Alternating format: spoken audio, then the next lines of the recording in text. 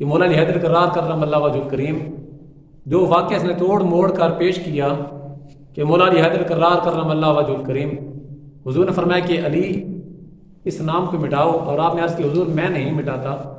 اب اس لانتی نے وہ توڑ موڑ کر کے واقعہ بیان کیا، جبکہ حقیقت یہ ہے کہ مولا علی حیدر کرار کرم اللہ وجہ کریم آپ نے محبت کے طور پر عرض کی حضور یہ کس طرح ممکن ہے کہ نام آپ کا لکھا ہو اور علی اس کو مٹائے۔ اب یہ مولا علی پاک کی محبت تھی۔ حضرت امیر معاویہ رضی اللہ تعالیٰ عنہ کے بارے میں اس لانتی نے کہا کہ حضرت امیر معاویہ رضی اللہ تعالیٰ عنہ کا پیٹ قبر کی مٹی بھی نہ بھر سکی، اللہ رب العزت معافی عطا فرمائے۔ احباب قابل غور کہ حضرت امیر معاویہ رضی اللہ تعالیٰ عنہ کاتب الوحی ہیں، اور میرے پاک نبی کریم رؤوف الرحیم صلی اللہ علیہ وسلم نے انہیں کاتب الوحی کا لقب عطا کیا، یہ ڈیوٹی سونپی۔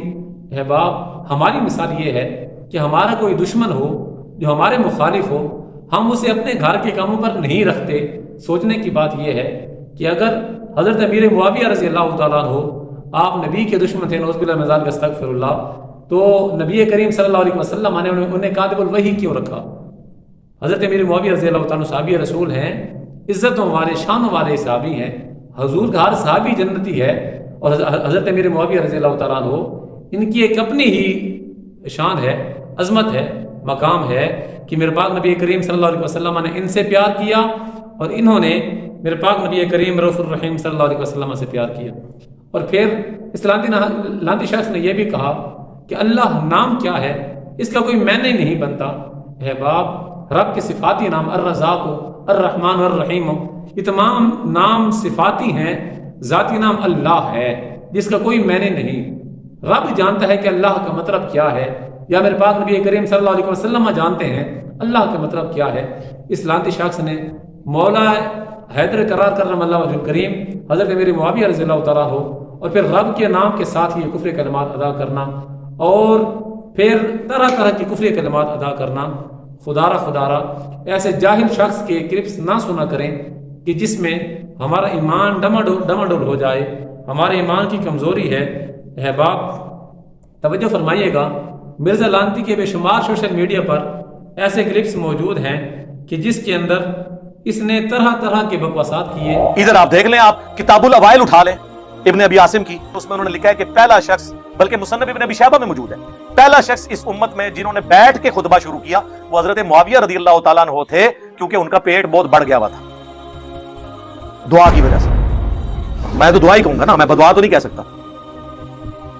پھر دلائل النبوہ امام بیہقی کی وہ کتاب ہے جس میں 3500 حدیثیں یہ ہیں کہ نبی علیہ السلام کی پروفیسیز اور مستقبل کی خبریں صحیح ثابت ہوئی ہیں۔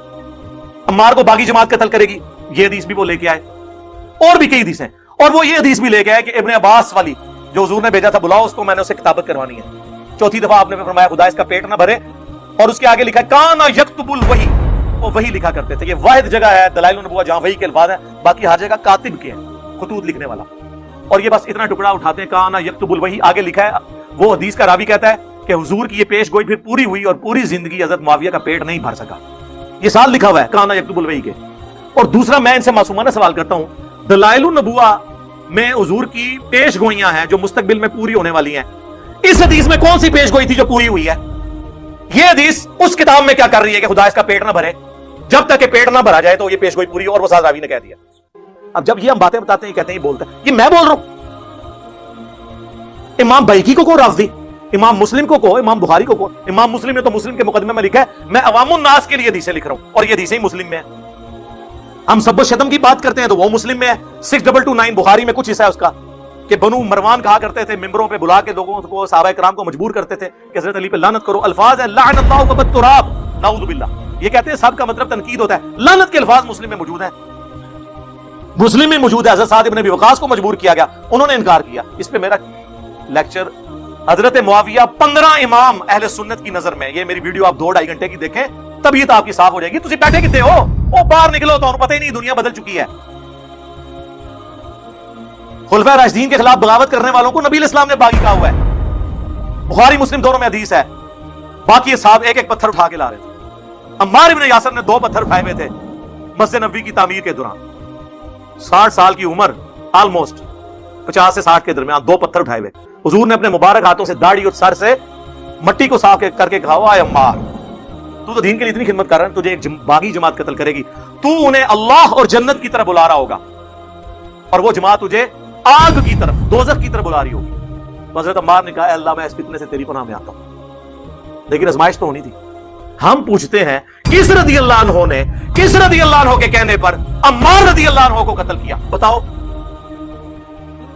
امیر معاویہ کانفرنس کر رہے ہو, کرو 100 دفعہ کرو. عمار ابن یاسر کی بھی کانفرنس کر. اس حدیث کے بعد جو لوگ یہ کہتے ہیں نا کہ حضرت معاویہ کی پارٹی کو 1 اجر ملے گا چونکہ وہ اجتہادی خطا پہ تھے اور حضرت علی کو 2 اجر, تو میں ان سے کہوں گا کہ اجر کس بات کا؟ جب یہ کلیئر ہو گیا کہ عمار کو ایک باغی جماعت قتل کرے گی, اس حدیث کے باوجود حضرت معاویہ نے قتل عمار کے بعد بھی اپنی غلطی نہیں مانی, تو اجر کس بات کا؟ کیا حضرت معاویہ اس پہ خوش نہیں ہے کہ انہیں برابر چھوڑ دیا جائے؟ یہ علامہ عینی لکھ رہا ہے, میں نہیں. وہ کہنے بھائی جی بچ جائے, یہی بڑی گل ہے.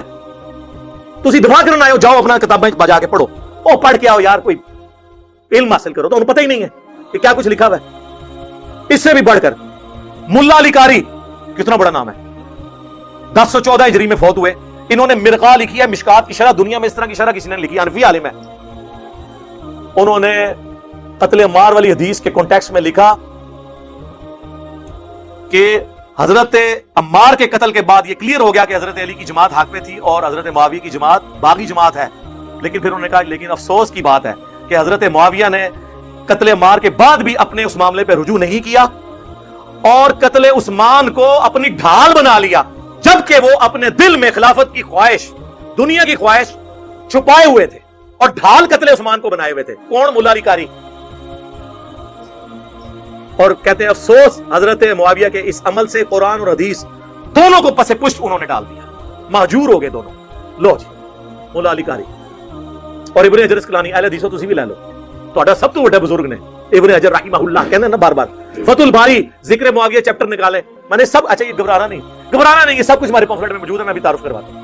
اس میں انہوں نے لکھا ہے کہ حضرت امام بخاری, امام نسائی, امام حاکم تینوں اس بات کے قائل تھے اور امام اسحاق بن راہوی, چاروں امام, کہ حضرت معاویہ کی فضیلت میں سوائے صحابی کے کوئی حدیث ثابت نہیں, اور یہ جتنی حدیثیں ہیں یہ موضوعات شریف میں آتی ہیں گھڑی بھی. جی تو آپ لوگوں نے ویڈیوز دیکھی اور انجینئر صاحب کے کلپس آپ نے ملاحظہ فرمائے, جو کہ انہوں نے کہا ہے کہ جی کاتب وحی حضرت معاویہ رضی اللہ تعالیٰ عنہ کو کیوں رکھا گیا ہے. مطلب وہ پورا دفاع کرنے کی کوشش کرتے ہیں امام پارٹی کی ایک ایک چیز کا, کیونکہ وہ حضرت ابو سفیان رضی اللہ تعالیٰ عنہ کے بیٹے تھے. تو انہوں نے سفارش کی تھی کہ نبی اسلام نے کہا ٹھیک ہے وہ کاتب وحی کی جو ہے نا ان کو آفر کروائی گئی, یا کاتب وحی کی جو ہے نا عہدے پہ رکھا گیا. اور اس کے بعد انہوں نے یہ کہا ہے کہ اللہ کا جو لفظ ہے یہ محمل ہے, اس کا کوئی معنی نہیں ہے, یہ انجینئر صاحب کا کہنا ہے.